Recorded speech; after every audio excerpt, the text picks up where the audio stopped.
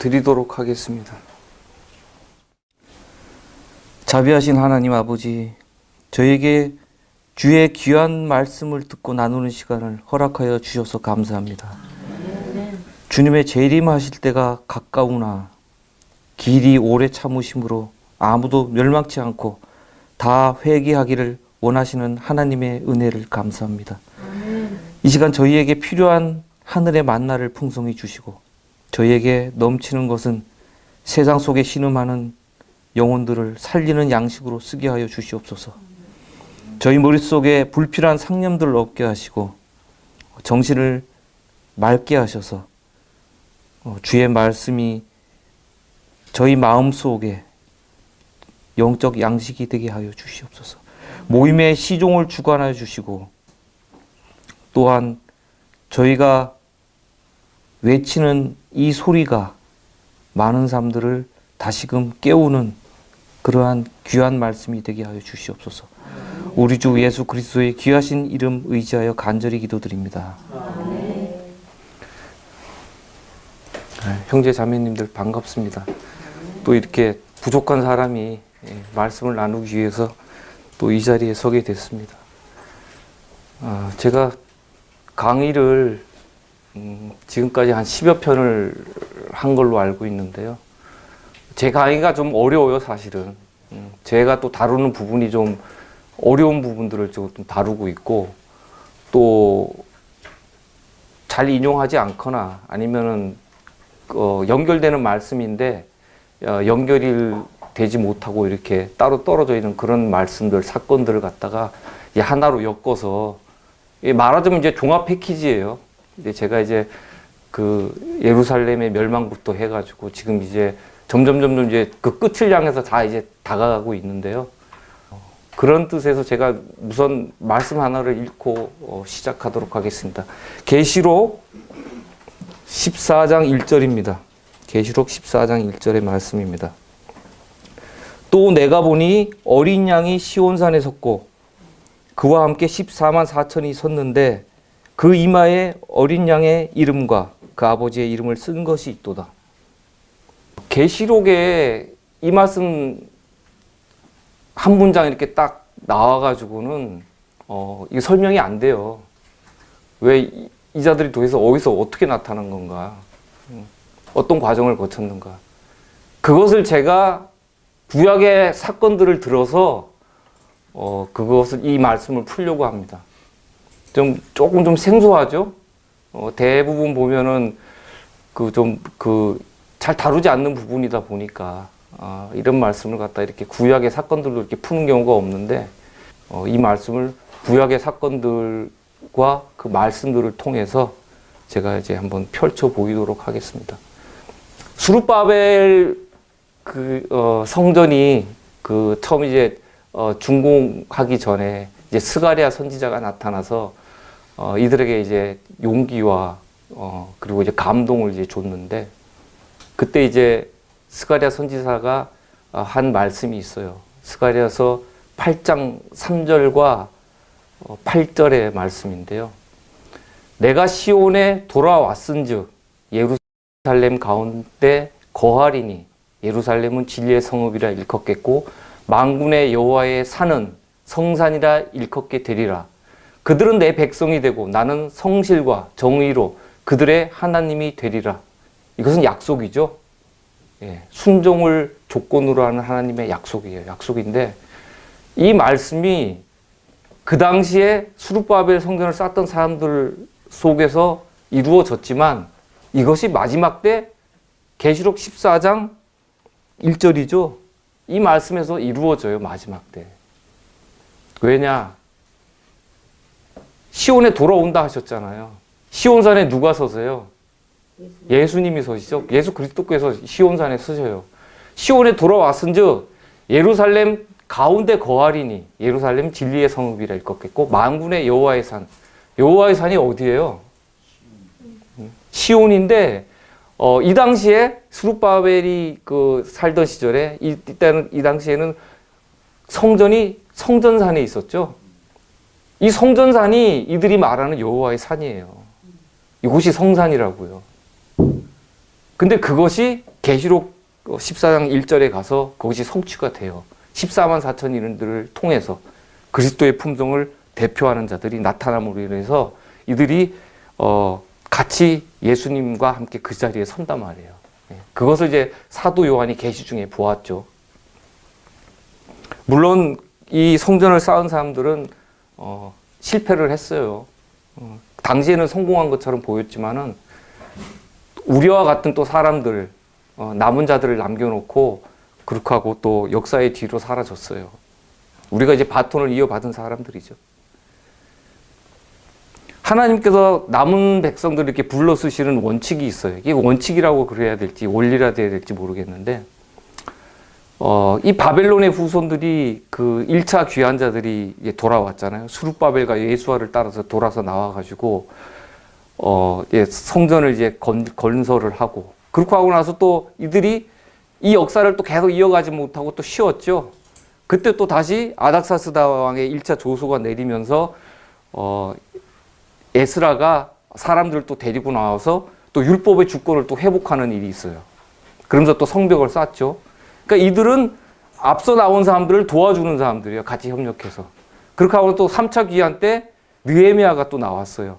총독이 돼서 나와서 또 사마리아인들이 성벽을 허물고 성문을 불태우고 한 그 자리에 또 다시 대역사를 일으켜서 다시 또 그 성벽을 완성을 하는 일이 있죠. 이 일을 보면 그 나중된 자가 그 먼저 된 사람들을 갖다 도와주는 구조예요. 도와주는 구조. 이게 하나님께서 하나님 백성들을 불러다 쓰시는 그 구조가 이렇게 돌아가더라고요. 근데 이것이 단순히 이제 구약의 예만은 아니에요. 신약에도 마찬가지예요. 신약에서 포도원 품꾼의 비유를 하시잖아요. 마태복음 20장에. 그러니까 가장 일찍 3시에 나온 품꾼이 이제 일을 시작하고, 또 주인이 또 6시에 품꾼들을 또 드리고, 9시에 또 드리고, 11시에 나와서 또 빈둥거리고 있는 사람들, 너네 왜 놀고 있냐? 와서 일하라. 그래서 또 불러서 또 일하시고. 이 흐름을 보면은 하나님의 구속의 역사는 항상 나중된 자가 먼저 된 자를 도와서 협력해서 하나님 사업을 마치는 그런 구조가 되어 있어요. 우리도 마찬가지예요. 먼저 나왔던 분들이 있잖아요. 그들을 도와서 우리가 또 이제 또 협력해서 일을 하고 있고, 또 마지막 때가 되면 우리를 도와서 또 일할 일꾼들이 우리한테, 우리 그냥 가만히 있어도 와요. 일하자고 같이 와요. 하나님께서 또 주실 거란 말이에요. 그런 부분들에 대해서 우리가 염려를 하지 않으셔도 됩니다. 이사야서 58장 12절에 제가 이제 자주 인용하는 말씀인데요. 내게서 날짜들이 오래 황폐된 곳들을 다시 세울 것이며 너는 역대 파괴된 기초를 쌓으리니 너를 일컬어 무너진 데를 수보하는 자를 할 것이며 길을 수축하여 거할 곳이 되게 하는 자라 하리라. 무너진 데를 수보하는 자들은 하나님의 진리, 계명, 이 무너진 것들을 회복하는 사람들이에요. 진리를 다시 올바로 세우는 사람들이고, 또 길을 수축해서 거할 곳이 되게 하는 사람들은 전번에 또 제가 이제 말씀드렸지만 이들은 품성을 개발하는 사람들이에요. 품성. 하나님의 일을 하면서도 자기의 품성을 개발을 해서 다른 사람과 내가 같이 어울려서 같이 살 수 있는 그런 곳을 만드는 사람들이에요. 이것이 이제 이 땅에서 우리가 먼저 이루어져야 될 역사잖아요. 제가 이제 1부부터 오늘이 이제 7부 2강인데 그 전에 이제 했던 그 강의들이 있으니까 이런 부분들은 좀 생략을 하겠습니다. 그러니까 그 전에 영상을 한번 참고하시고 이제 보셨으면 하는 마음입니다. 자, 느헤미야서 이제 8장을 가겠습니다. 오늘은 이제 느헤미야서 8장부터 12장까지 이제 말씀이 다뤄질 건데요. 느헤미야서 이제 그 8장 들어가기 전에 느헤미야서 7장 1절에 보면 성이 건축됨에 문짝을 달고 문지기와 노래하는 자들과 레위 사람들을 세운 후에 이렇게 말씀이 돼 있어요. 성이 건축됨에. 근데 이 말씀 보면 참 많이 닮은 말씀이 있죠. 때가 참에, 때가 이름에, 이런 말씀하고 참 많이 닮았어요. 그러니까 그동안에 성이 건축되는 과정이 있었지만은 그건 이제 지난 과정이고 이제 결과가 있을 거라는 거예요. 이 말씀 자체가. 뭐 때가 참에 성이 건축되면 이거는 그동안은 과정이었다. 이제 결과가 있을 것이다 하는 것을 이제 예견할 수 있는 말씀이에요. 느헤미야서 8장 2절에 7월 1일에 제사장 에스라가 율법책을 가지고 남자 여자 무릇 알아들을 만한 회중 앞에 이르러, 다음에 8절입니다. 하나님의 율법책을 낭독하고 그 뜻을 해석하여 백성으로 그 낭독하는 것을 다 깨닫게 하며, 9절, 백성이 율법의 말씀을 듣고 다 우는지라. 이날이 무슨 날이에요? 7월 1일? 나팔절이죠? 네, 나팔절, 절기안식일이에요. 이 예루살렘 중건은 이제 진리가 회복되는 것인데, 제가 이제 이걸 시작을 하고 있는 거예요. 요 부분부터 이제 그 시온산에 서는 사람들까지 이것이 세 가지 사건으로 나타나 있어요, 구약에.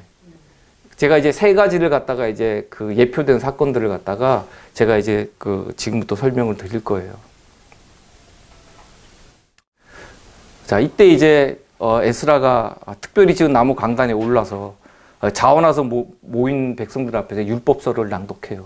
그리고 이제 중간중간에 레위인들이 서서 그 낭독되는 율법을 전달을 해요. 인원이 많으니까, 그 당시엔 뭐 스피커 확성기가 없었잖아요. 이 앞에서 이렇게 얘기를 하면 중간중간에 레위인들이 서가지고 에스라가 선포하는 율법을 갖다가 그대로 이제 전달을 해주고 해석을 해주는 역할을 한 거예요. 네. 자, 그래서 이 에스라는 백성들로 하여금 율법을 비춰서 자신의 길을 살피게 하고 어디서 잘못됐는지 그것을 이제 알게 하는 일을 갖다가 이제 한 거예요. 나팔절이니까. 이제 그리스도인들이 율법에 이제 자기 마음을 비추었을 때 어때요? 양심이 각성된 사람들은 괴롭죠? 괴로워요. 정상이죠. 그리스도인들이 그 양심의 그 율법을 양심에 비췄을 때 괴롭지 않은 사람들은 그 양심에 화인 맞은 사람들이에요. 괴로워야 돼요. 자, 그리고 또 나팔절은 반드시 그 괴로워하고 통회하는 날만은 아니었어요.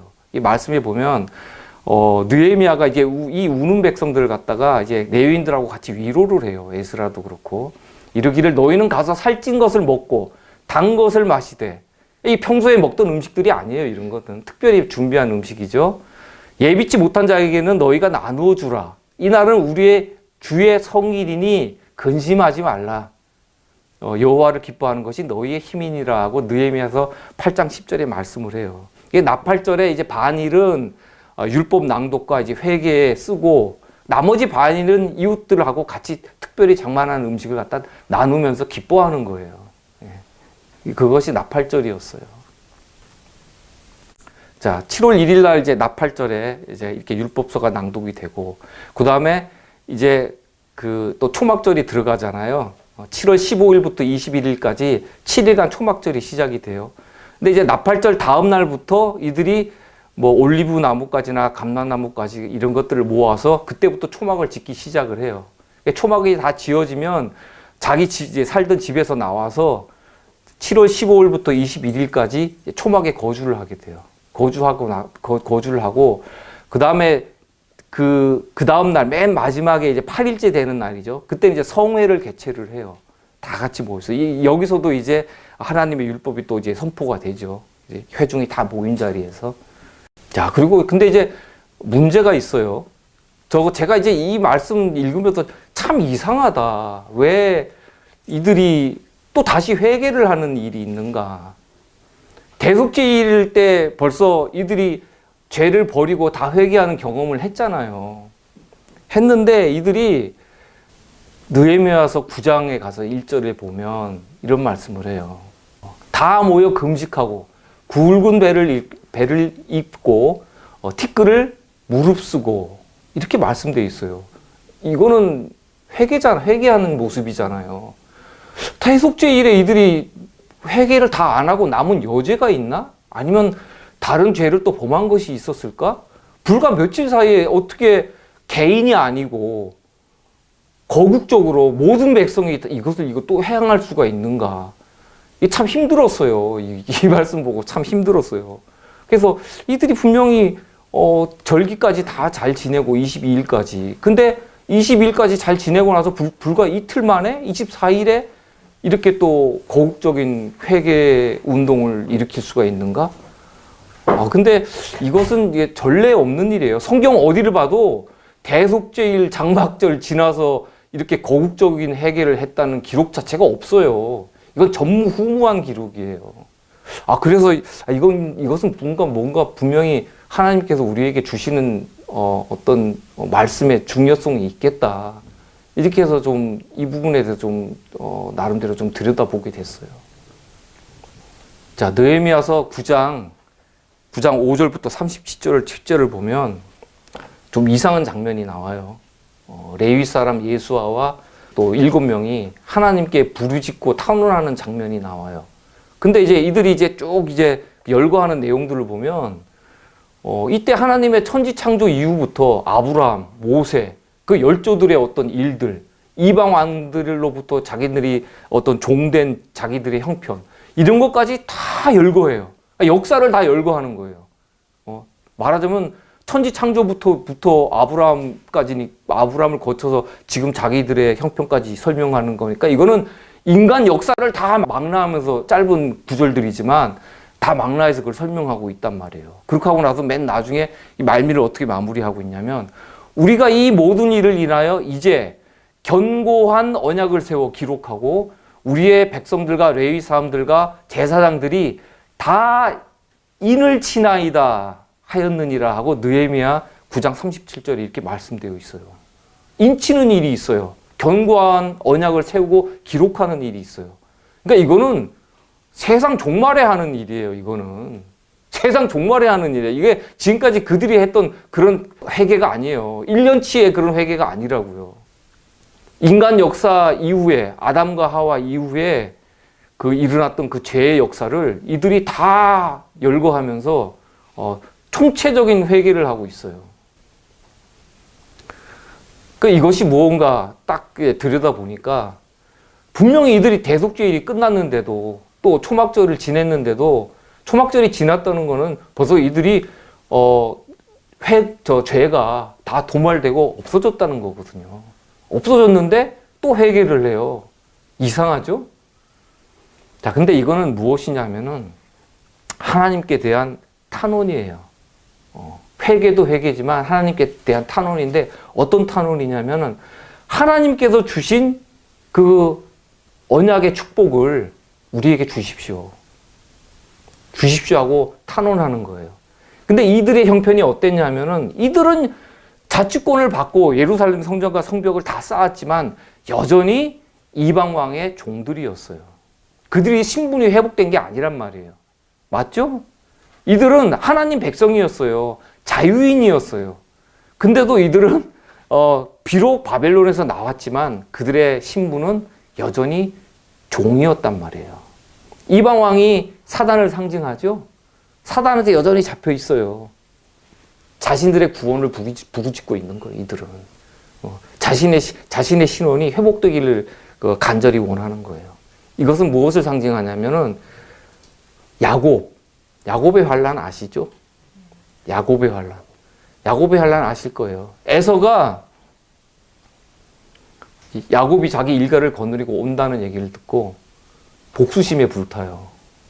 복수심에 불타서 야곱 일가를 몰살시키려고 군대를 이끌고 와요.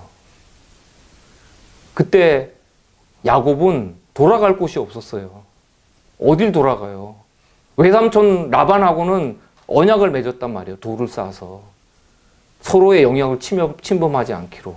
그러면 이제 거기는 절대로 글로 돌아갈 일은 없다는 거예요. 외삼촌에게로. 그러면은 야곱이 형 만나기를 두렵다 해서 뒤로 도망갈 수 있어요?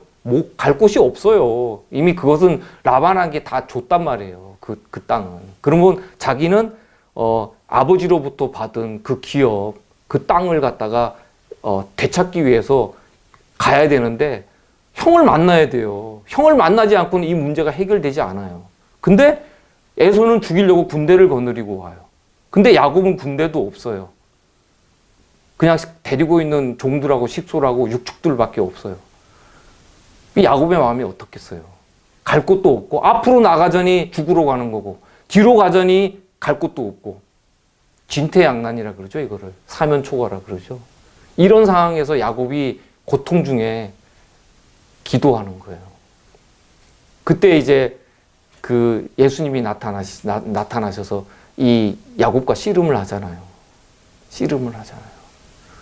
근데 야곱이 어떻게든 이기려고 했지만은 이길 수가 없어요. 자기는 힘을 다 썼는데도 안 되는 거예요.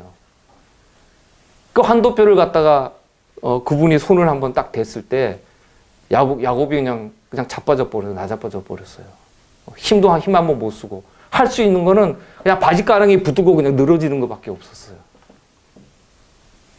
그렇게 해서 야곱이 예수님이 내 이름이 뭐냐고 묻잖아요. 야곱이니이다. 너 앞으로 이제 야곱이라 하지 말고 이름을 바꿔라. 이스라엘로. 하나님과 겨루어 이긴 자다 너는. 이름을 바꿔주시잖아요. 영감의 글에 보면 이제 그 당시에 야곱이 어떻게 울며 탄원을 했는지 이제 그 내용이 나와요. 부조와 선지자 197쪽에 보면 그는 무서운 궁지에 빠져 있었지만은 하나님의 약속을 기억하고 전심으로 하나님의 자비를 간청하였다.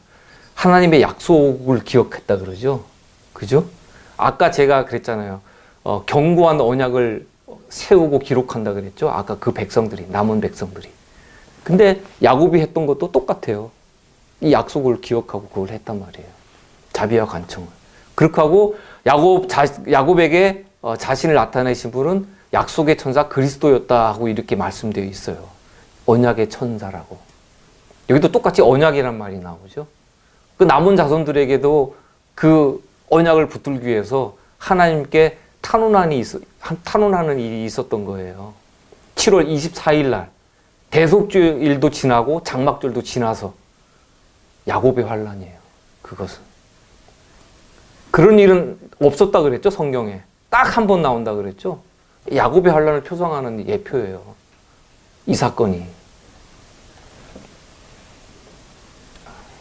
부조와 선지자 201페이지에 보면 야곱이 씨름하고 고민하던 밤에 겪은 경험은 그리스도께서 재림하시기 직전에 하나님의 백성들이 겪어야 할 시련을 나타낸다. 그 야곱의 그 환란이 그 남은 백성들, 예루살렘을 회복한 그 백성들에게도 이런 마음속에 고통이 있었던 거예요. 비록 성전과 예루살렘 성문을 회복했지만 언제 이방 왕이 변심할지 몰라요. 이방 왕들이 변덕쟁이였단 말이에요. 어떨 때는 막 이신아 말 듣고 막 이렇게 했다. 성전 짓지 마라. 막 이렇게 했다가 또 어떨 때는 또 지어라. 이러니까 이게 변덕이 죽을 듯하니 이방 왕도 믿을 수가 없었어요. 왕도 또 수명이 있으면 또 바뀌잖아요. 왕도 죽고 또 새로운 왕이 서고. 그리고 사마리아 사람들은 언제라도 호시탄탄 기회만 되면 이들을 갖다가 그냥 없애버리려고 노리고 있는 상황이었어요. 야곱의 상황하고 똑같죠? 똑같은 상황이었어요. 자, 예레미야서 30장 5절부터 7절에 이런 말씀이 있어요. 우리가 떨리는 소리를 들으니 두려움이요 평안이 아니로다. 그 얼굴빛이 창백하여 보이면 어찌미뇨. 슬프다 그날이여 비할 데 없이 크니 이는 야곱의 환난 때가 됨이로다마는 그가 이에서 구하여 냄을 얻으리로다. 이렇게 말씀되어 있어요. 환난을 통과한다고 되어 있어요. 그리스도인은. 다시 한번 또 말씀드리지만 7년 환난 같은 거는 없습니다. 제발 좀 꿈 깨세요. 없어요. 성경 어디에 그런 말씀이 나와 있습니까? 성경만 가지고 말씀하자고요. 자, 또 이런 말씀도 있어요. 환난의 때에 하나님의 백성들이 고민과 공포로 괴로워할 동안 만일 아직 자복하지 아니한 죄가 그들 앞에 나타나게 되면 그들은 압도당하고 말 것이다. 그들의 죄는 이미 심판정에서 도말되었다. 그들은 그 죄들을 다시 생각해낼 수 없다. 이렇게 말씀되어 있어요. 너희가 돌이키고 회개하면 유쾌하게 되는 날이 주의 앞으로부터 이를 것이요 하는 말씀이 사도행전 3장 19절에 있잖아요. 그때가 이때거든요. 죄의 도말을 받은 사람들은 죄를 기억하지 못하는 일이 있어요. 우리 마음속에 아직도 그 죄의 흔적들이 다 남아있잖아요. 기억하시죠? 본인들은 다 기억해요. 근데 그 기억을 가지고 천국에 가서는 천국이 아니에요. 그것들을 다 지워주신단 말이에요. 그들은 크신 하나님의 은혜와 자신들의 성실한 회개를 기억하고 스스로 아무것도 할 수 없는 회개한 죄인들에게 그리스도를 통하여 주신 하나님의 언약을 이루어 주시도록 간청할 것이다. 이제 야곱의 환란에 들어가면 우리가 이렇게 하나님의 언약을 이루어 달라고 간청하는 일이 생겨요. 이것은 과거에 일어난 일이지만 우리 앞에 또 놓인 일이기도 해요. 야곱이 천사를 붙잡은 것처럼 그들은 하나님의 능력을 붙잡을 것이며 그들의 부르짖는 소리는 당신이 내게 축복하지 아니하면 가게 하지 아니하겠나이다는 말이 될 것이다. 부조와 선지자 202장에 있는 말씀, 202쪽에 있는 말씀이에요. 느헤미야서 9장 36절부터 38절까지의 말씀입니다. 자, 이들이 이제 맨 나중에 이제 하는 말이 있어요. 우리가 오늘날 종이 되었사옵는데 곧 주께서 우리 열조에게 주사 그 실과를 먹고 그 아름다운 소산을 누리게 하신 땅에서 종이 되었나이다. 자신들이 종이라고 말하고 있죠. 분명히 자치권 다 줬는데도 종이라고 얘기하고 있어요. 이방왕의 종이다. 그리고 37절 우리의 죄로 인하여 주께서 우리 위에 세우신 이방 열왕이 이 땅에 많은 소산을 얻고 이방왕이 어떻게 했어요? 이 유다 땅에서 나는 소산을 갖다 가져갔다는 거예요. 이들이 세금으로. 저희가 우리 몸과 육축을 임의로 관할하오니 우리의 곤란이 심하오며. 우리 몸과 종이잖아요. 왕이 이 사람들 갖다가 마음대로 쓸 수 있어요. 야 너희들 여기 이제 그만 살고 저쪽으로 가서 살아라. 또 이주 또 시킬 수 있었고, 무슨 일이 있으면은 뭐 자기네들이 쌓는 그 이교회 무슨 성전이라든가 이런 거 짓는다 그러면 이 사람들 징발해 갖고 갖다 데려다 쓸 수도 있는 거예요. 완전히 종이죠. 그리고 뭐 가축들도 그렇고. 그러니까 임의로 관할한다고 말씀돼 있잖아요. 그러니까 우리의 곤란이 심하다. 힘들다. 이런 이방 왕의 통제를 받고 사는 것은 너무 힘듭니다.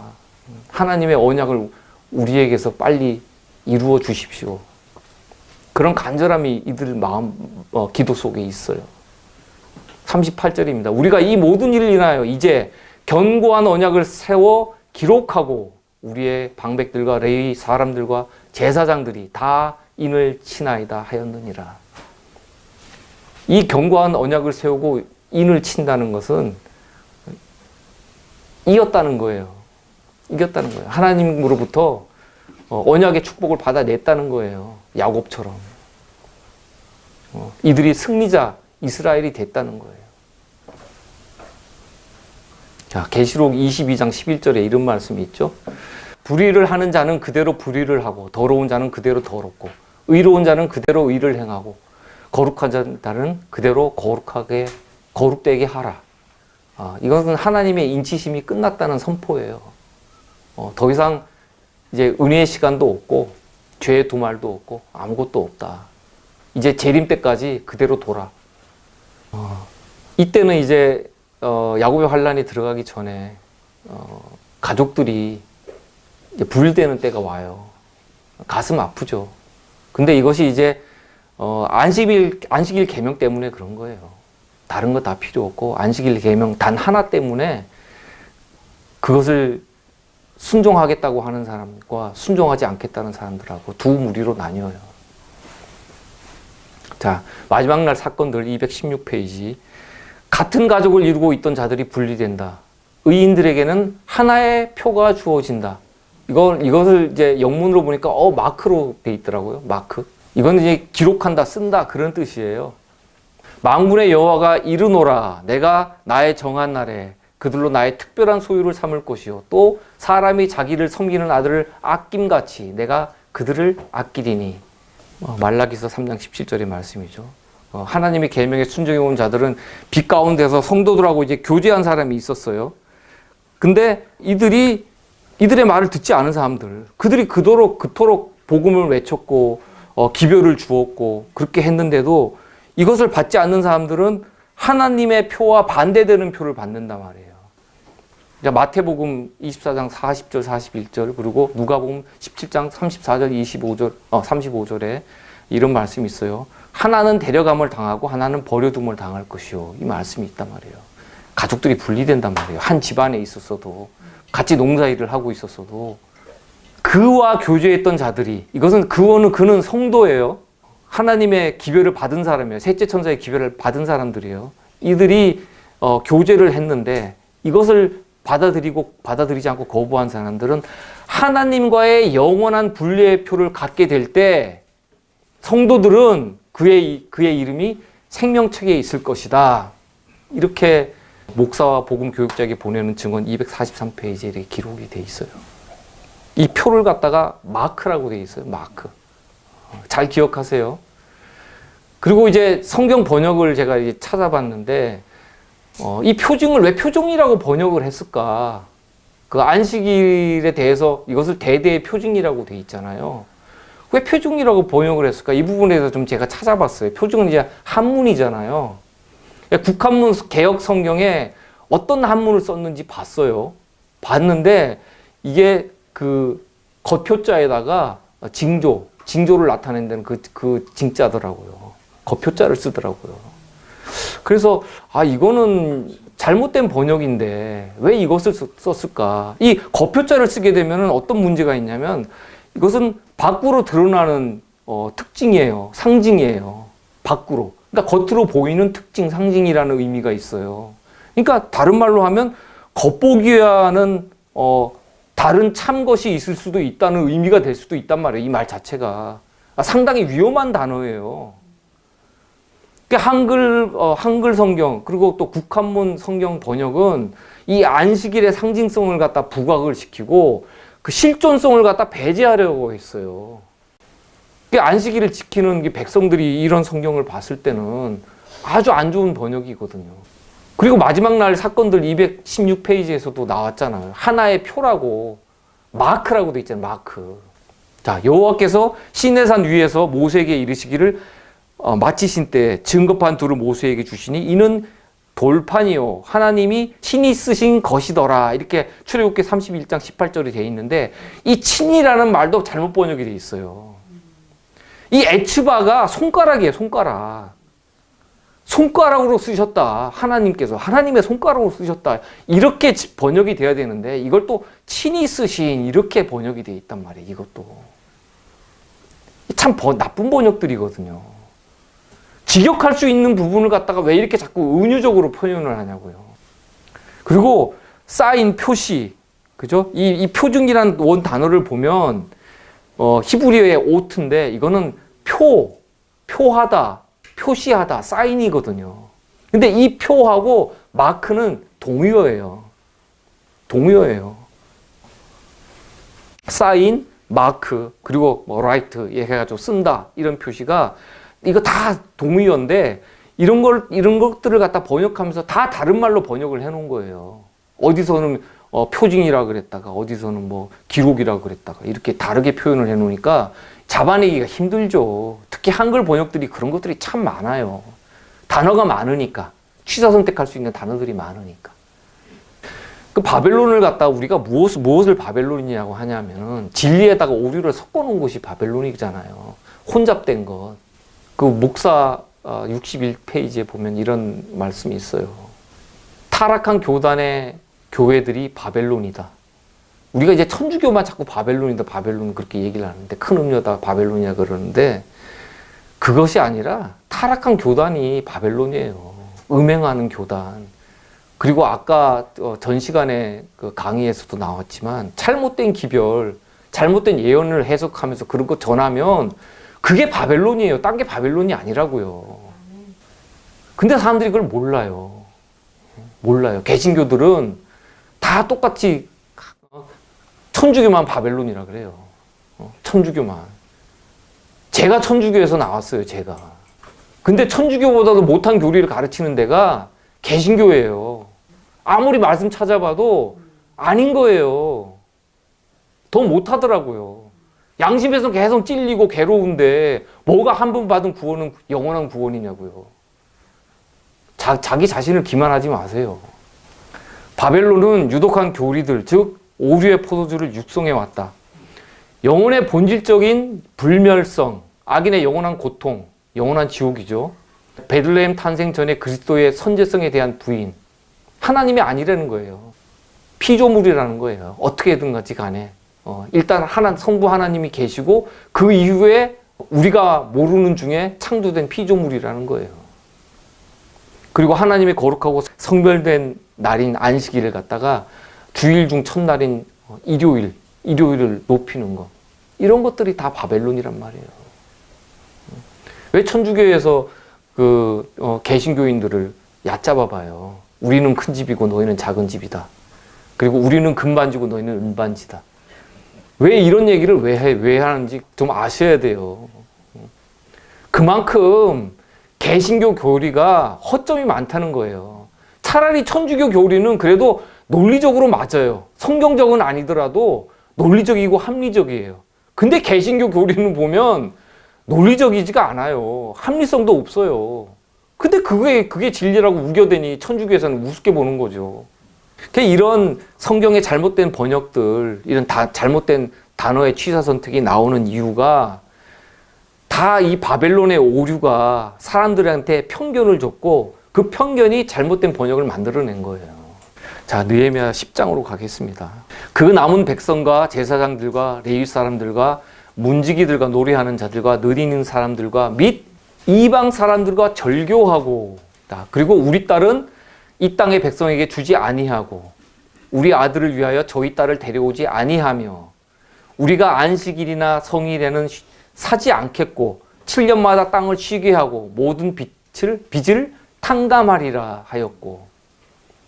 이제 하나님의 율법을 갖다 준행하겠다고 맹세를 하죠. 이들이 이것을 지키겠다. 근데 제일 먼저 나온 그 맹세가 뭐예요?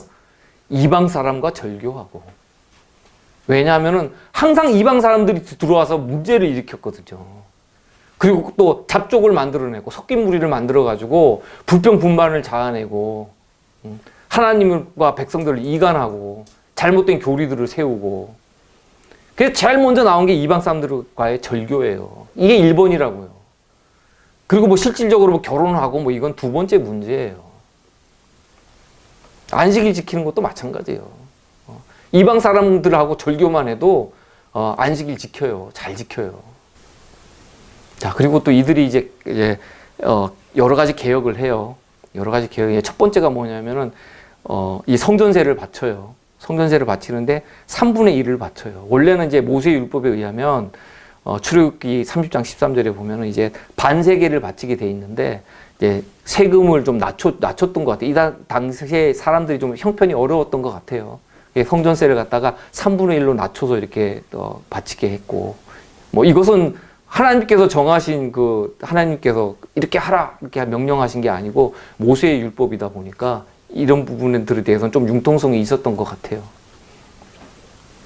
뭐 오히려 이스라엘 사람들이 또 합리적이죠.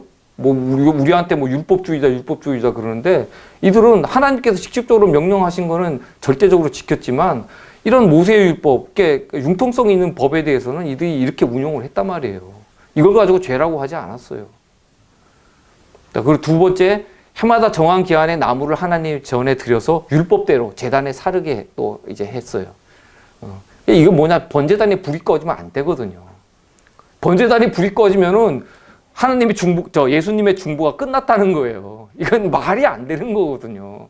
그래서 이스라엘 백성들이 자신들의 회개와 헌신을 갖다 계속 이렇게 드림으로써 하나님께서 그걸 간합하신다는 의미로 그 불은 꺼지지 말고 계속 연기가 타서 올라갔어야 되는 거였어요.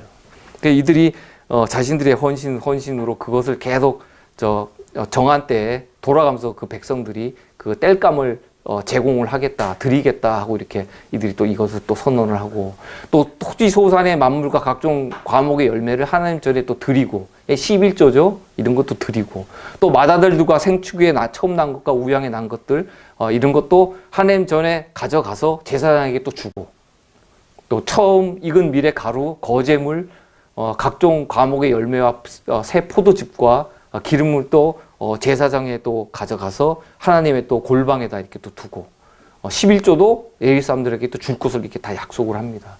그동안에 이런 것들이 지켜지지 않았다는 얘기예요. 이것은 잘 지켜지지 않았기 때문에 이들이 이것을 맹세를 하는 거예요. 잘 지키겠다고. 또 레위 사람들은 받은 11조의 또 10분의 1을 또 하나님께 또 드리죠. 이들도 11조를 바쳐야 되는 백성이니까, 백성들로부터 받은 그 11조에서 또 거기서 또 10분의 1을 또 하나님의 전에 골방에 또 이게 또 갖다가 놔요. 바치고.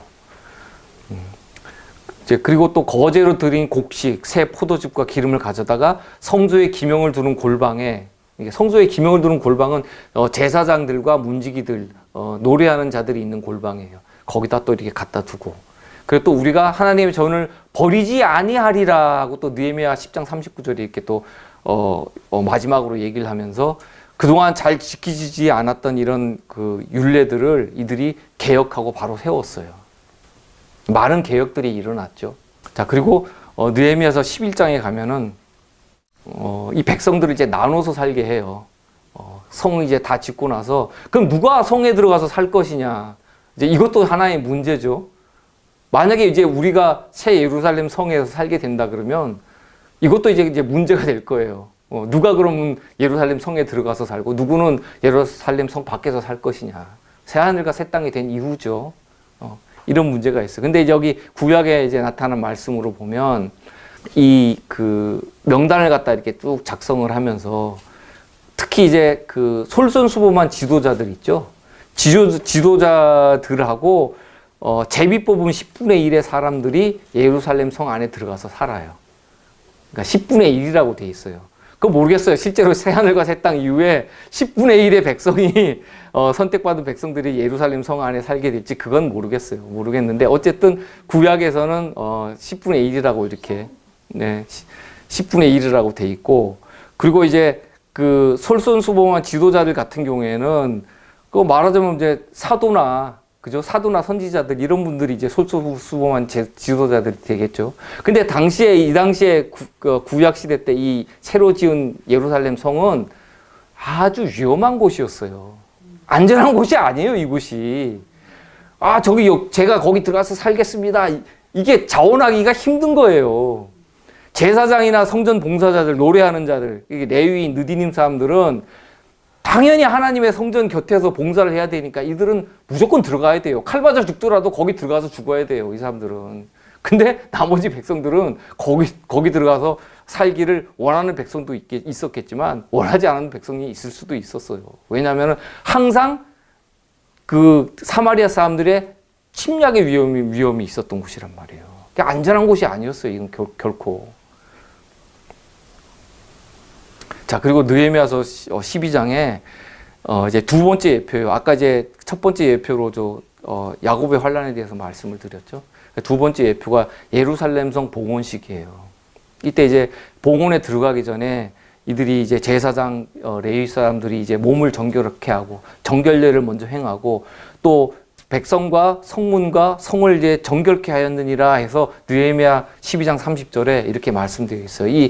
그 예루살렘 봉헌식 하기 전에 이들이 이제 몸을 깨끗하게 하고 그리고 이제 성문과 성벽이 있는데 거기를 갖다 이제 깨끗하게 청소를 했겠죠. 정결하게 하고 나서 이제 하나님께 이제 바치기 위해서 이들이 이제 의식을 준비를 해요.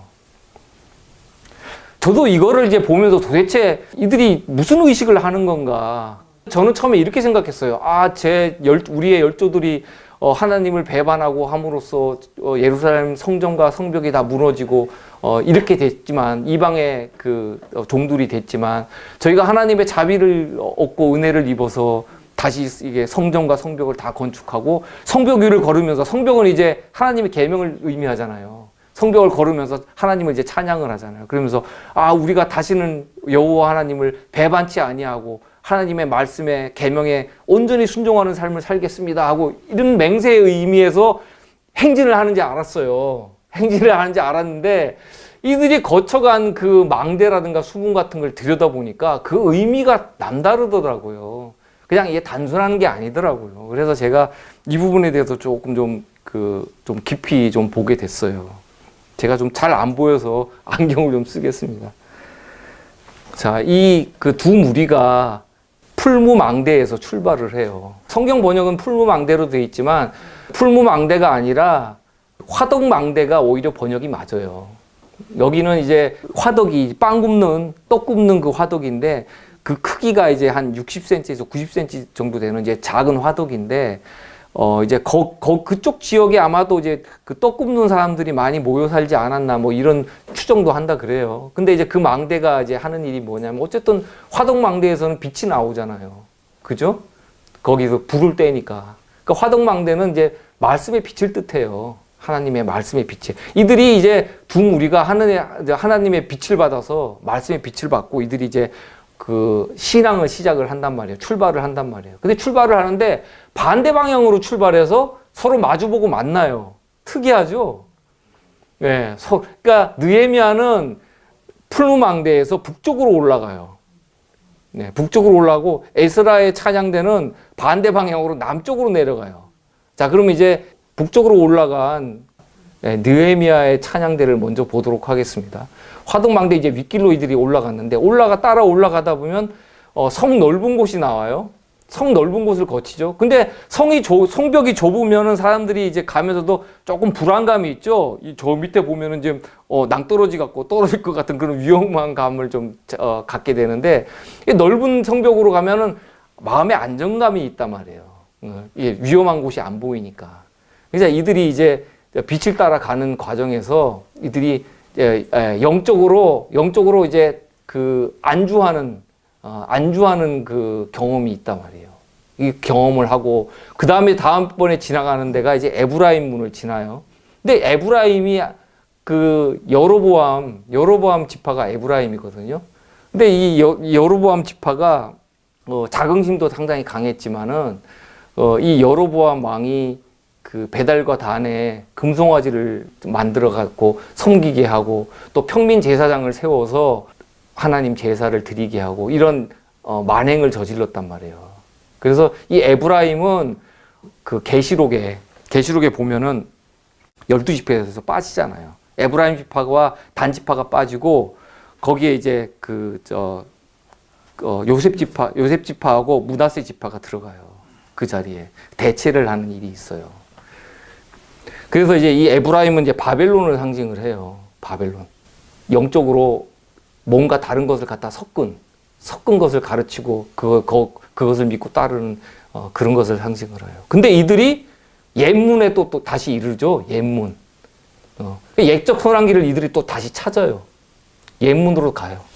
그래서 이들이 본래 받은 빚대로 다시 돌이키는 일이 생긴단 말이에요. 자, 그러고 나서 이들이 또 다음에는 어문에 이르죠. 어문. 물고기는 거듭난 그리스도인을 상징하는 단어예요. 물고기. 거듭난 그리스도인이 되고, 그 다음에 이들이 하나넬 망대에 이르러요. 하나넬 망대는 하나님이 주신 것이라는 뜻이거든요.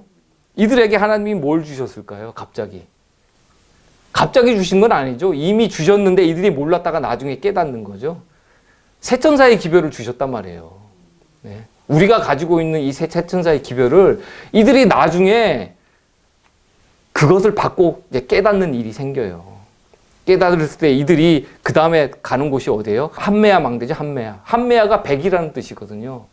이들의 영적 지식이 세천사의 기별을 받아들였을 때 이들이 100보 전진할 거란 말이에요. 100배 뛰어날 거란 말이에요. 이들이 그때는 폭발력을 가져요. 다이너마이트 같은 폭발력을 가질 거예요.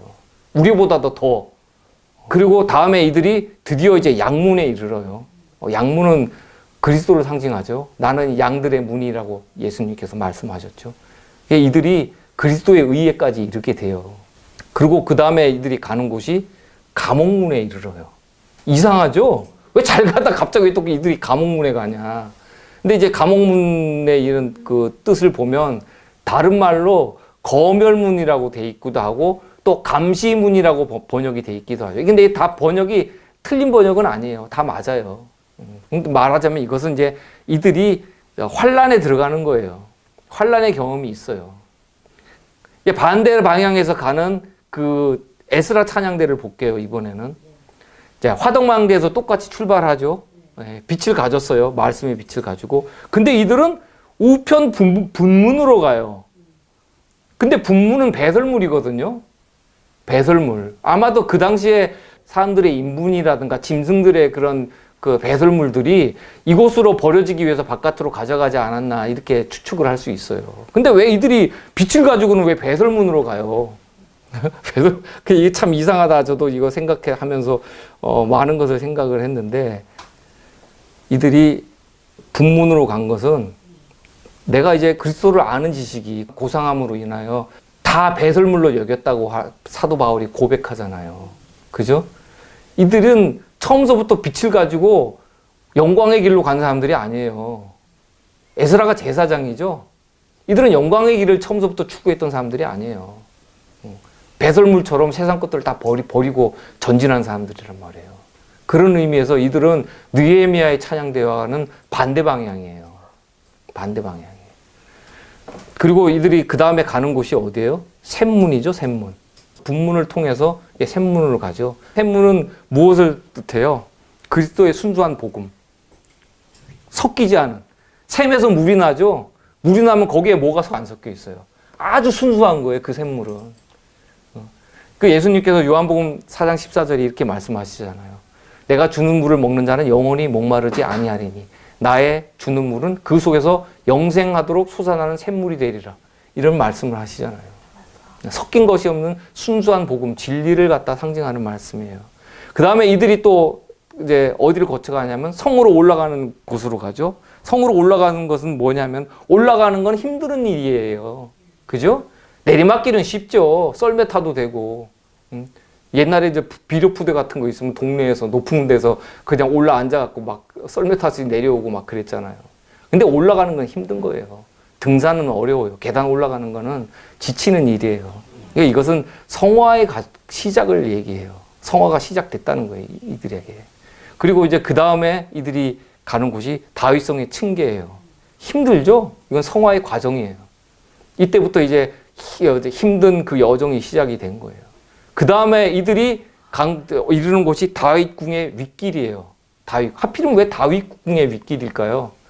아랫길도 아니고. 다윗궁이 뭐 하는데요? 이 왕의 처소잖아요. 왕의 처소기 때문에 거기 가면은 왕을 볼 수 있는 곳이에요. 왕을 볼 수 있는 곳. 말하자면 이거는 그리스도와 동행하는 경험이에요. 그리스도와 같이 영적으로 동행을 한단 말이에요. 말씀 쫙 붙들고. 그러고 나서 이들이 다음에 이르는 곳이 수문에 이르러요. 수문. 이 수문은 무엇이냐면은 아까 샘물에서는 물이 쫄쫄쫄쫄 나왔지만 그 샘물이 어떻게 돼요? 이제는 이 수문을 통해서 엄청난 양의 물이 쏟아져 나온단 말이에요. 이들은 이제 완전하게 된 사람들이에요. 완전하게 된 사람들이에요. 영생하는 생수를 나누어 줄 수 있을 만큼 거룩하고 완전하게 된 사람들을 뜻해요. 그러니까 요한복음 7장 38절에 이렇게 말씀하시잖아요. 나를 믿는 자는 그 배에서 생수의 강이 흘러나리라. 나를 믿는 자는. 이들은 배에서 생수의 강이 쏟아져 나온 사람들이에요. 예수님의 품성을 갖다가 완전히 발현함으로 인해서 생명수를 나눠주는 사람들이에요. 직접적으로. 두 무리가 성격이 다르죠. 신앙적인 어떤 경험을 다르게 하는 사람들이에요. 이 두 무리는. 자, 이사야서 56장 8절에 보면 이스라엘에 쫓겨난 자를 모으는 주 여호와가 말하노니 내가 이미 모은 본 백성 외에 또 모아 그에게 속하게 하리라 하셨느니라. 본 백성 외에 또 모아.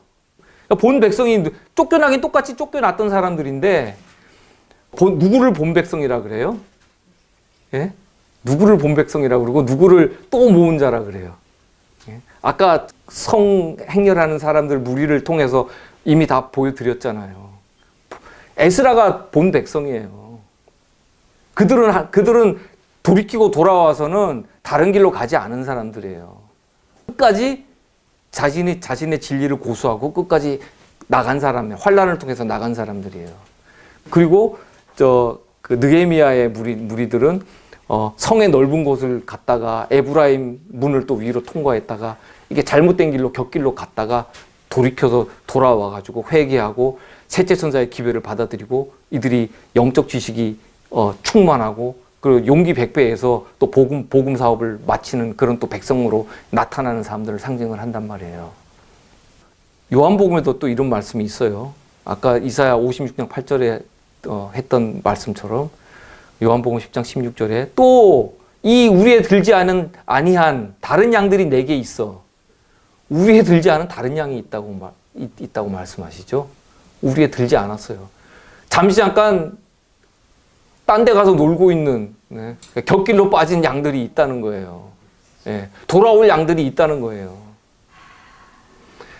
내가 인도하여야 할 터이니 그러니까 지금은 인도하셔야 되는데 그들이 말을 듣지 않아서 지금 우리 밖에 나가서 놀고 있다는 거예요. 지멋대로. 예? 지멋대로 놀고 있는데 이것을 주님께서 인도하실 터이요 하셨으니까 인도하시겠다는 거잖아요. 앞으로. 저희도 내 음성을 듣고 한 무리가 되어 한 목자에게 있으리라 하고 이렇게 말씀되어 있어요. 두 무리 다 이스라엘에서 쫓겨난 자예요. 네. 쫓겨난 자 신분이었지만 이미 모은 본 백성, 우리 안에 있는 양들, 그러니까 에스라의 찬양대의 상징이지만 찬양대 외에 또 모으신 백성, 우리에 들지 않은 다른 양들, 그리고 느헤미야의 찬양대를 상징하는 그런 무리가 한 목자 아래 연합하는 일이 있다는 거예요. 이게 언제 일어날까요? 이거는 환란 전에 있어요. 예. 감옥문에 이들이 같이 도착을 하잖아요. 똑같이 도착을 해요. 감옥문에. 환란을 같이 통과하기 위해서. 자, 이게 지금 제가 마지막 남은 두 무리의 다른 믿음의 여정을 지금 제가 이렇게 보여드렸어요. 그 설명드렸어요. 그렇다면 지금 내 신앙은 이 경험을 비추어 볼 때 내가 어느 찬양대 쪽에서 내가 지금 행하고 있는가 살펴볼 필요가 있어요. 물론 앞으로 나오실 분들도 있지만은 지금 내 신앙이 어느 위치에서 어느 길을 따라 지금 가고 있는가 점검해 볼 필요가 있어요. 우리는 각자가 다 다른 신앙을 하다가 참 진리로 연합한 무리들이잖아요. 자, 에브라임의 뜻을 한번 제가 조금 설명을 드리자면은 두 배의 땅, 두 배의 결실이라는 뜻이 있어요. 에브라임은 요셉의 둘째 아들이었거든요. 둘째 아들이었는데 버림을 받죠. 근데 이제 호세아서 6장 10절에 보면 내가 이스라엘 집에서 가정한 일을 보았나니 거기서 에브라임은 음행하였고 이스라엘은 더럽혀졌느니라 이렇게 말씀을 해요. 에브라임이 음행했는데 왜 이스라엘은 더럽혀졌을까요? 에브라임이 처음으로 이제 음행을 시작했다면 영적 음행을 시작했단 말이에요. 그러니까 여로보암 왕이 단과 베델에 금송아지를 세우고 평민제사장을 세우고 그렇게 음행하는 걸 시작했기 때문에 나머지 9지파들은 그냥 다 넘어간 거예요. 거기에 휩쓸려 넘어간 거예요. 거기서 정신 차린 사람들은 거기서 나와서 유다로 도망갔어야죠. 근데 그들이 거기 남아서 계속 신앙생활 함으로 인해서 그들이 다 더럽혀졌다는 얘기예요. 하나님의 축복은 이제 그분의 축복대로 행했을 때는 축복이 더해져요. 하나님의 축복이 주시고 또 더하여 주시지만 반대로 그 축복을 줬는데 그분의 뜻을 거역하고 역행하는 길을 갔을 때는 저주의 저주가 더해진단 말이에요. 그에게 준 축복만큼. 그게 하나님께서 그 백성들을 처분하시는 그게 원칙이에요. 그게 공짜가 없단 말이에요. 자, 보면 여기 참 재밌는 말씀이 있어요. 호세아서 7장 4절하고 8절에 보면 그들은 다 간음하는 자라. 이 에브라임을 말씀하시는 거예요. 땅 만드는 자에게 달궈진 화덕과 같도다. 참 아주 오묘한 비유를 하고 계세요. 그가 반죽을 뭉침으로 발효되기까지만 불 일으키기를 그칠 뿐이니라. 이 당시에 이제 다 간음했다. 이제 편만한 간음에 영적 간음을 얘기를 하고 있어요. 그리고 이제 이들이 반죽하고 뭉치고 나서 이제 발효되기까지만 이들이 불 일으키기를 그치고 이제 얌전히 기다린다는 거예요. 그러니까 이들이 성격이 불같다는 거예요. 이들이. 그러니까 자기가 꼭 기다려야지 그거는 이제 반죽되고 발효가 돼야 떡을 굽잖아요. 근데 그때는 이제 잘 참을성이 있는데 그것만 지나가고 나면은 못 참는 거예요. 성격이 급해가지고. 화를 잘 내고 참을성이 없다는 거예요. 8절에 에브라임이 열방에 혼잡되니 그는 곧 뒤집지 않은 전병이로다. 에브라임이 열방에 혼잡되었다. 그러니까 에브라임 안에는 혼잡됐는데 한 가지 잘못된 게 거기 들어가 있는 게 아니라는 거예요. 아주 다양한 잘못된 교리들, 가르침들, 예언 해석들 이런 것들이 완전히 섞여서 그 안에 다 혼잡되어 있다는 거예요. 바벨론이죠. 그리고 그는 곧 뒤집지 않은 전병이다. 이런 말씀은 자, 떡을 구울 때 한쪽만 계속 구워요? 그런 사람 없죠? 뒤집죠? 이게 뭐냐면은 그 교리 자체가 좌로나 우로나 치우치지 말아야 되는데 한쪽으로 일반적으로 쏠려 있다 이런 거예요. 교리 자체가. 한쪽만 일방적으로 지지를 한단 말이에요. 한 번 구원 영원하다. 자신들의 가르침, 그런 교리가 한쪽으로 편중되고 치우쳤다는 것을 알면서도 그것을 버리지 않고 고집을 해요. 분명히 성경은 그 반대되는 말씀이 있는데 그것을 버려요. 취하지 않아요. 보지 않으려 해요. 들으려 하지 않으려 해요. 그 제가 공원을 산책을 하면서 어느 안경 끼시고 연세가 지긋하신 분이 조그만 전도지를 주시기에 받았어요. 받아서 봤더니 무슨 하여튼 교회는 밝히지 않겠습니다. 무슨 교회라고 하시더라고요. 그래서 제가 목사님이 직접 전도하러 다니시나 봐요 하고 이렇게 물었더니만은 그분이 저는 목사는 아니고요. 그냥 전도사입니다. 전도사. 그렇게 말씀하시더라고요. 그렇게 말을 걸었더니 이분이 무척 좋아하세요. 아무도 전도지 잘 받지 않으려 하고 같이 말하려고 하지 않는데 말을 해주니까 이분이 대뜸 저한테 물으시는 게 형제님은 구원 받으셨습니까? 그러는 거예요. 처음에는 이제 교회 다니세요? 묻고 나서 그 다음에 두 번째 질문이 바로 들어가는 게 형제님은 구원 받으셨습니까? 그래서 제가 딱 느낀 게 이분 다니시는 교회도 이 구원관념이 잘못되신 곳이구나 이런 걸 제가 느꼈죠. 그래서 제가 많이 나누진 못했지만 그 치우친 말씀들을 그런 것들을 이렇게 같이 보셔야지 한쪽만 보시고 그것을 믿으시면 안 됩니다. 그랬더니만은 그분이 저한테 그런 말씀을 하더라고요. 형제님처럼 믿으면 지옥 갑니다. 형제님 지옥 가요 그러더라고요. 그래서 이 잘못된 교리의 뿌리가 너무도 깊구나. 이분이 연세 지긋하신 분이 오랫동안 신앙생활을 하셨을 텐데 참 어떻게 해야 이분 같은 분들을 진리로 돌이킬 수 있을까 참 많이 고민되더라고요.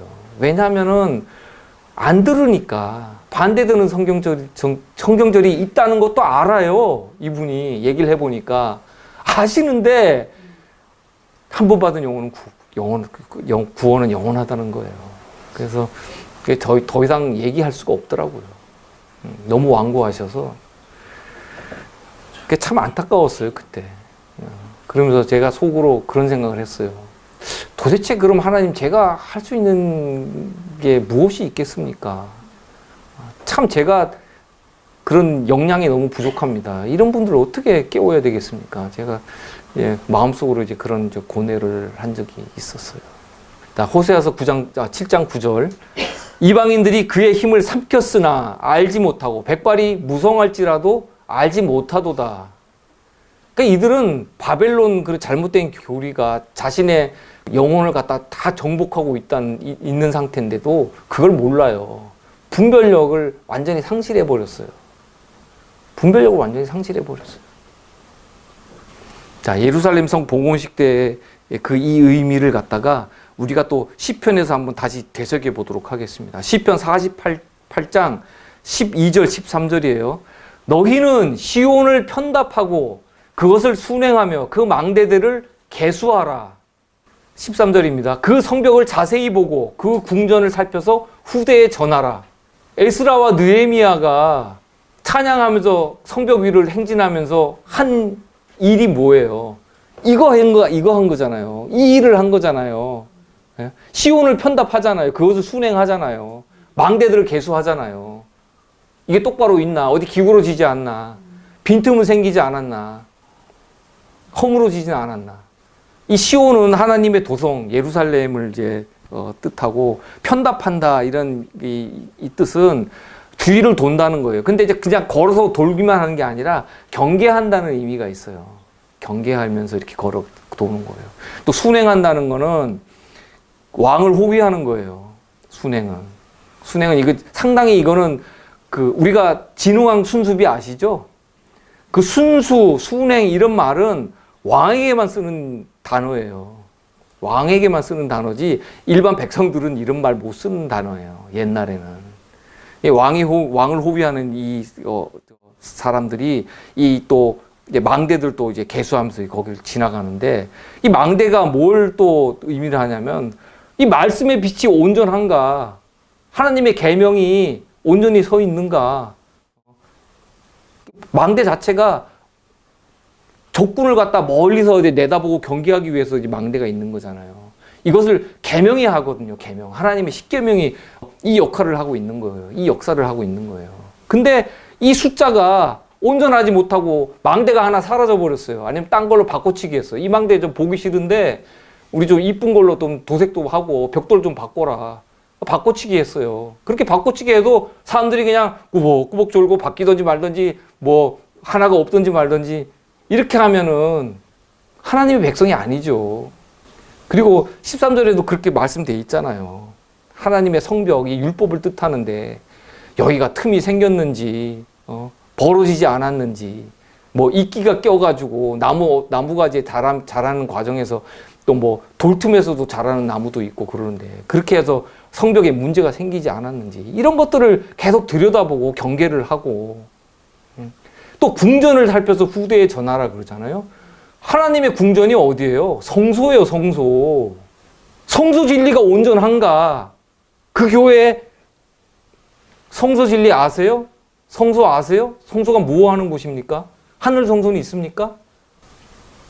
이런 것들이 없어지고 상실되고 변개되지 않았나 그거 살피고 후대에 전하라는 거예요. 예수님 오실 때까지.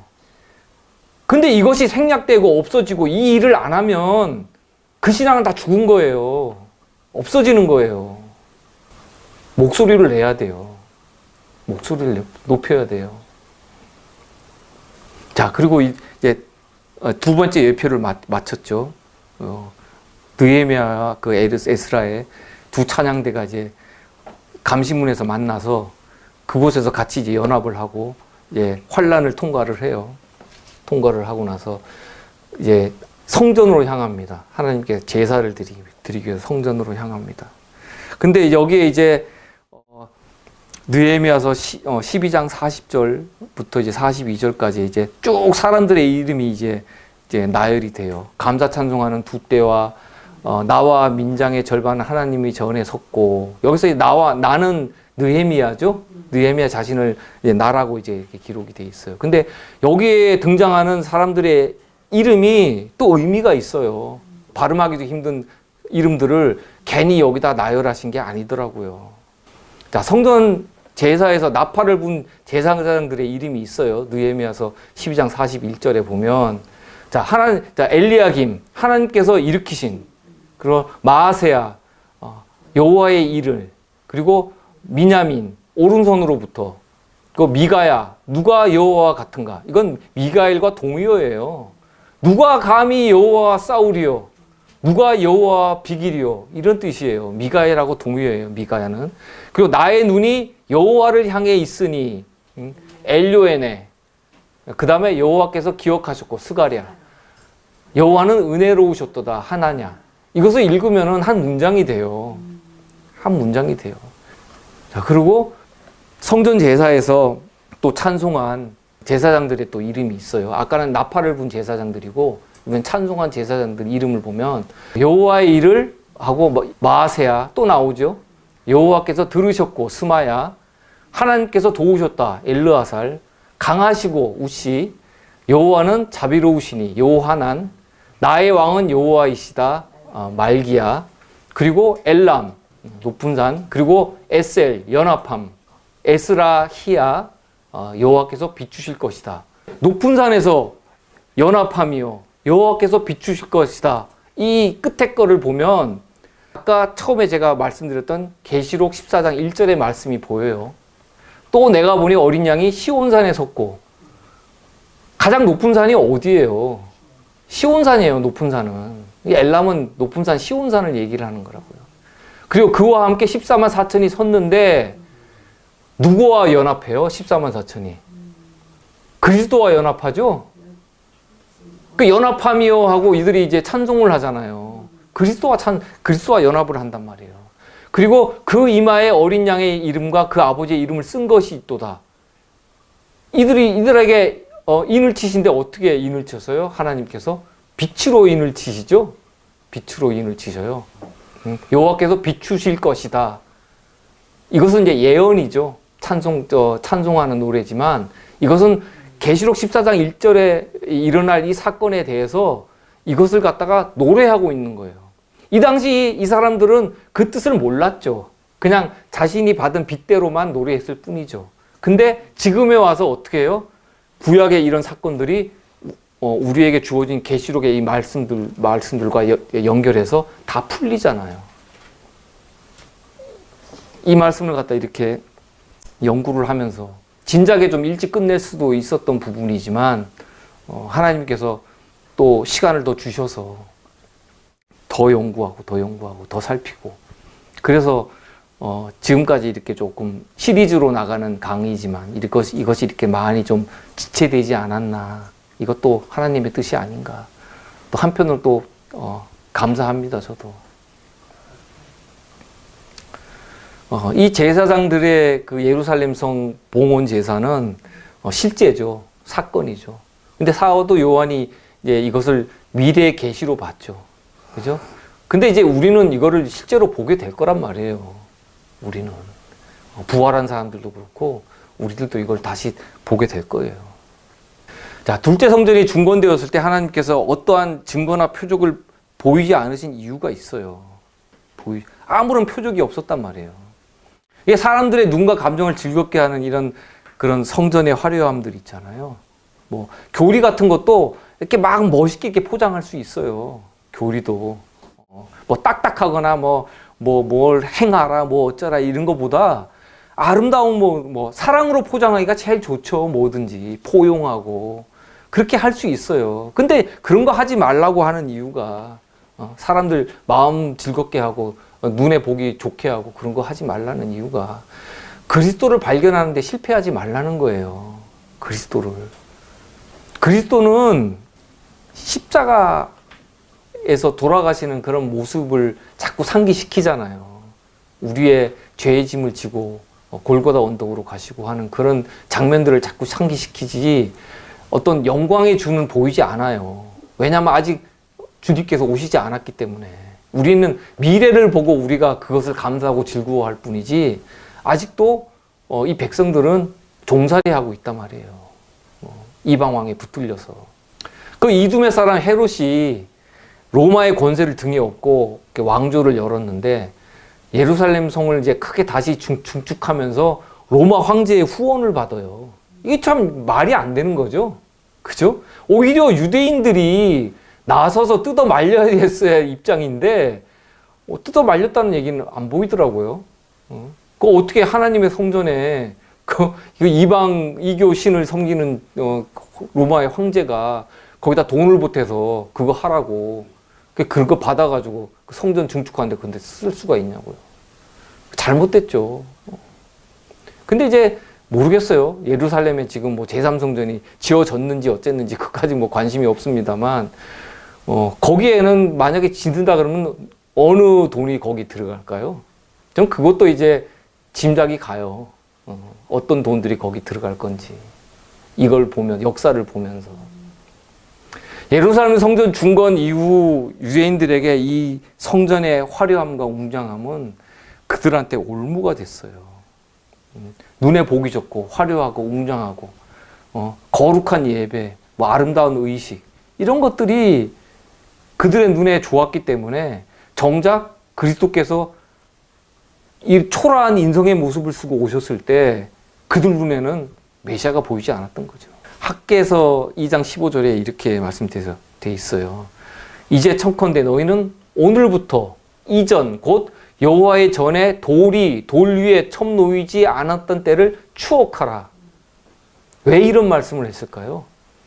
이것을 추억하지 않으면 우리 신앙이 뒤로 물러가요. 하나님을 배도함으로 인해서 하나님의 교회가 다 무너지고 백성들이 흩어지고 했을 때 그때를 잊지 말라는 거예요. 그때를 잊지 말고 진리를 갖다 굳게 붙들고 사수하라는 거예요. 다시 하나님 앞에 범죄치 말라는 거예요. 이단 교리들 들여와서 거기다 섞지 말라는 거예요. 헤롯이 그 성전의 아름다움으로 유대인들의 이제 환심을 사고 그것으로 이제 자기 왕권을 갖다 다 다지려고 했어요. 정작 그리스도가 오실 때 사람들은 로마 제국의 억압에서 해방시켜줄 육신적인 메시아를 바랐잖아요. 그래서 그리스도를 거절했어요. 그래서 만국의 보배이신 그리스도의 그런 내적인 아름다움, 그분의 말씀 하나하나에는 사랑이 가득 넘쳐 있었어요. 그분의 품성을 봤었어야 되는데 그들은 그분의 품성을 보는데 실패했어요. 품성을 봤었어야 돼요.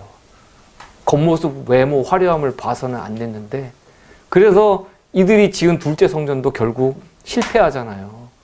AD 70년에 티투스 장군에 의해서 멸망당하잖아요. 우리가 주님의 보혈로 죄로부터 정결해지고 또 거룩해지고 그분의 품성으로 변화돼서 그 빛을 세상에 발산하지 못한다면 성벽 위에서 찬양하는 그 두 찬양대의 예표가 그 우리한테 무슨 뭐 유익이 돼요? 아무것도 아니에요, 이거는. 이런 상징들이 우리한테 무슨 도움이 돼요? 아무것도 안 돼요.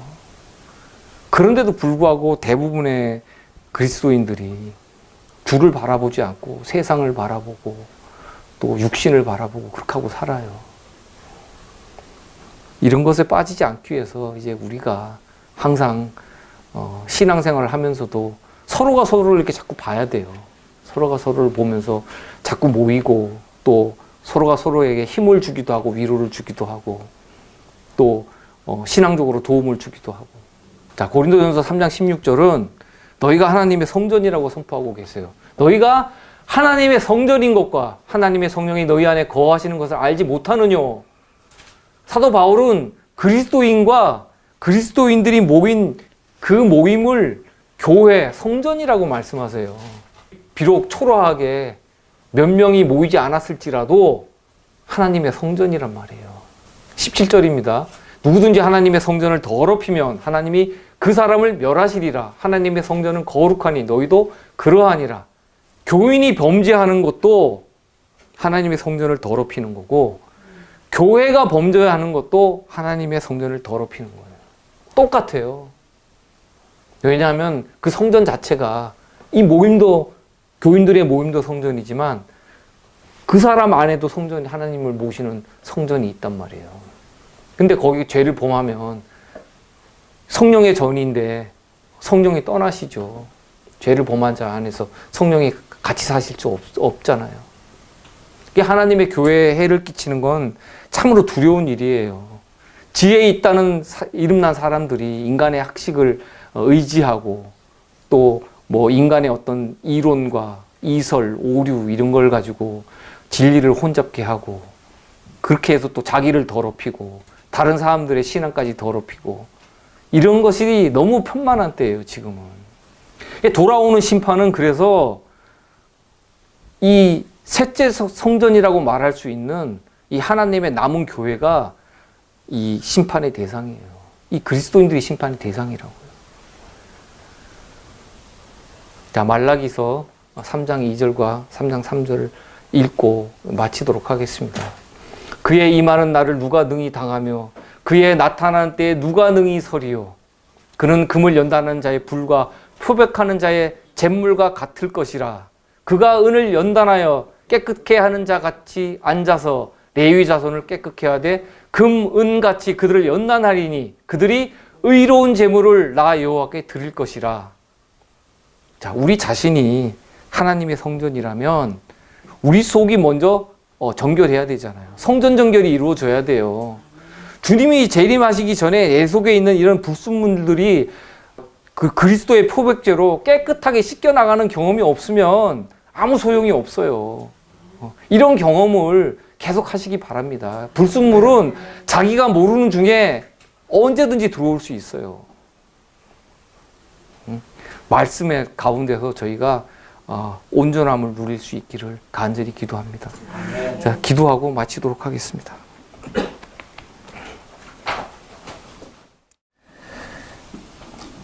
주여, 하나님의 구원의 계획표 안에서 저희 믿음의 여정이 어디에 이르러 왔는지 알게 하신 은혜를 감사합니다.